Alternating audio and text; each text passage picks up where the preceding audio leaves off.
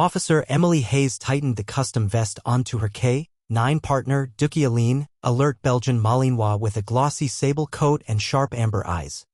Rain smeared down the windows of the Seattle precinct as it did most days in October, turning the streets into slick glass.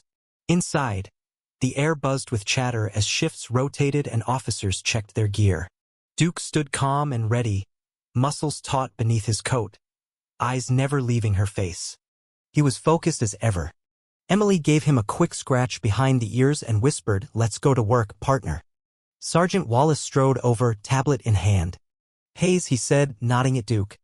"You might want to take this one." Westbrook Malls had a string of retail thefts. Nothing huge, but today's incident got a little messy. Store security wants our best team. Emily took the tablet, scanning the incident report. A suspect had been caught stealing electronics. The theft seemed minor, but there were whispers of it being part of a larger, organized group. Nothing Duke hadn't handled before.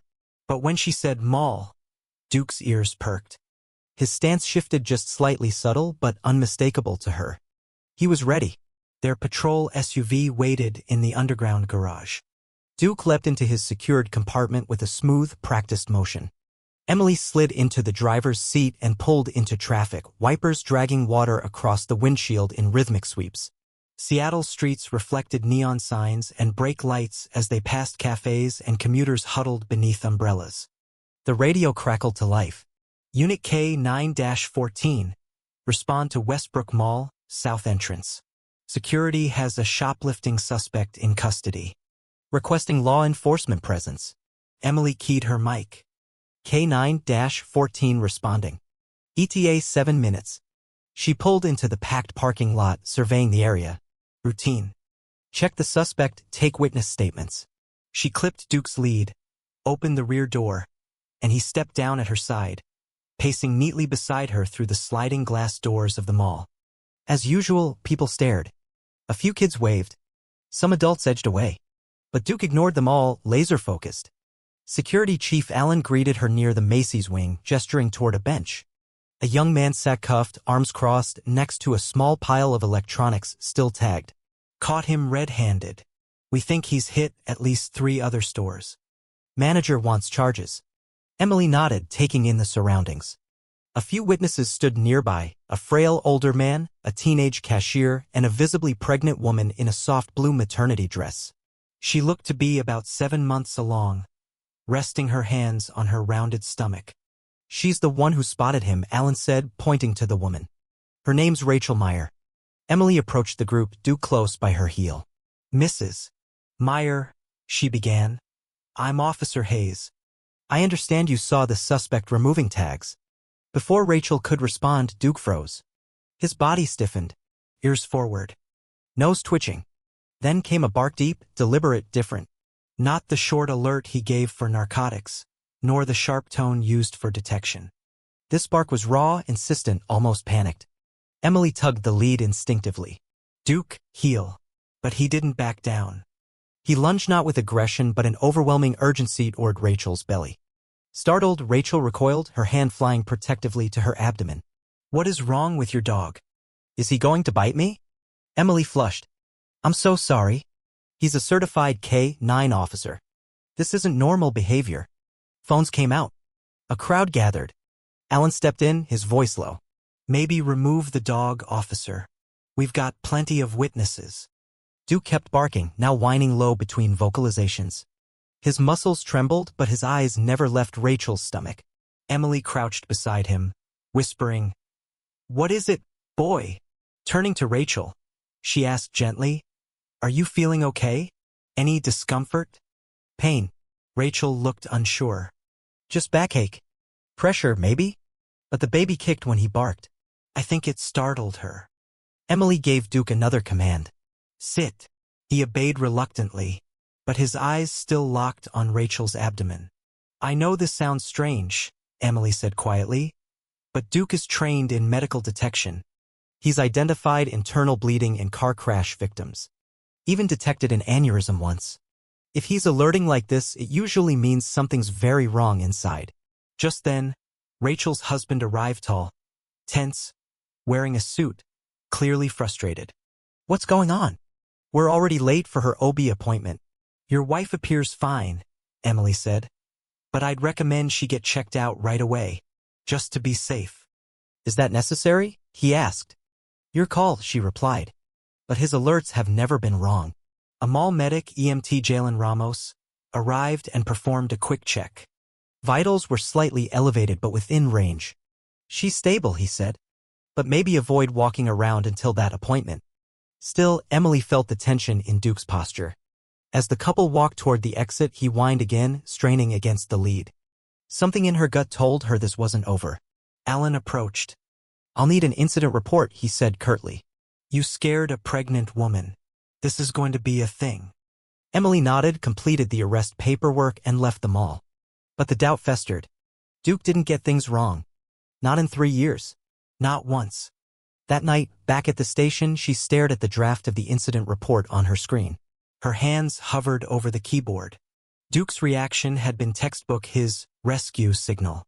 He had found a trapped child once. Detected a slow brain bleed before scans caught it. He had never given a false alert. She pulled up Rachel Meyer's name. Her public profile was easy to find. She worked at a legal firm downtown. Her address was listed. Emily looked at Duke. You've trusted me every day. Time I returned the favor. She changed into a civilian jacket and drove to the address, a modern high-rise near Lake Union. Duke sat poised in the front seat, gaze fixed on the building. Inside, she showed her badge to the concierge. Following up on a medical concern. Resident's name is Rachel Meyer. A call was placed. 18th floor. Apartment 1802. When Rachel's husband opened the door, his brow furrowed. Is there a problem? Emily explained. Just a follow-up. Duke's reaction earlier was unusual. I wanted to make sure your wife's okay. She's resting, he said warily. Discomfort, but the doctor said it's common. I won't stay long. Duke won't be a problem. After a pause, he let them in. The apartment was bright, clean, and modern. Rachel was lying on the couch, looking pale. You came back? She asked. Is something wrong? Duke didn't wait. He surged forward, whining deep and low, his body rigid again. He stared at her belly, then lay down beside her, trembling faintly. Emily crouched beside him. He's alerting again. Rachel shifted uncomfortably. I still feel okay. Tired. Some pressure. You said you have an OB appointment at 4? We were about to leave early, she said. My back pain's worse. I felt dizzy earlier. Emily made a decision. I think you need an ambulance. If this is what I think it might be, it's serious. Her husband frowned. He's just a dog. But then Rachel winced. Tom, it hurts. It really hurts. That was enough. Emily called 911. This is Officer Emily Hayes. Badge 9274. Requesting immediate medical transport. Pregnant woman. Possible obstetric emergency. K9 alert to internal bleeding. Minutes later, EMTs arrived. Vitals dropping. Fetal distress. They moved fast. As they wheeled Rachel out, she gripped Emily's hand. Thank you. If you hadn't come back. At Harbor Medical, the trauma team met them at the doors. Dr. Maya Turner, head of obstetric trauma, greeted them. You're the K9 officer? Yes, Emily said. Duke detected upper right quadrant distress. Dr.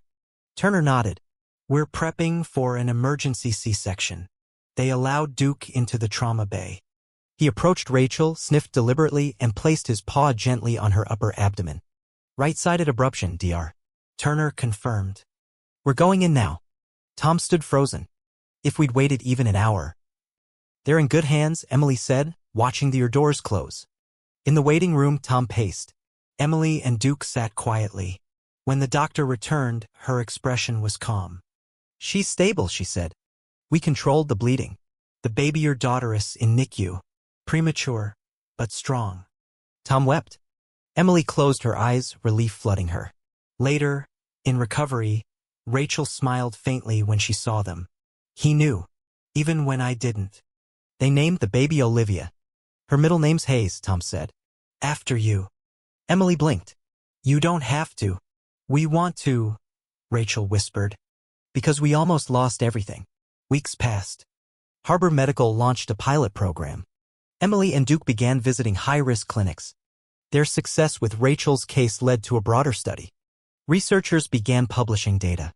Duke's detection skills were unlike anything ever seen. 1 month later, Olivia was ready to go home. The hospital held a small send-off. Nurses clapped. Rachel held her daughter, beaming. Tom handed Emily a small box. Inside, a silver medallion. K9 Hero Duke. Olivia Hayes Meyer. Born October 10th. We want you to be her godmother, Tom said. Emily couldn't speak for a moment. She nodded. We'd be honored. Outside, as they loaded the baby into the car, Rachel turned one last time. The doctor said if we'd waited we wouldn't have made it. Emily placed a hand on her shoulder. You listened. That saved her. As the car pulled away, Duke sat beside her, watching until it vanished from sight. You ready for the next one? She asked him. He gave a low, satisfied huff. In that moment, Emily knew what she'd always suspected. Sometimes the most powerful heroes walk on 4 legs. And sometimes they save lives by simply refusing to be ignored.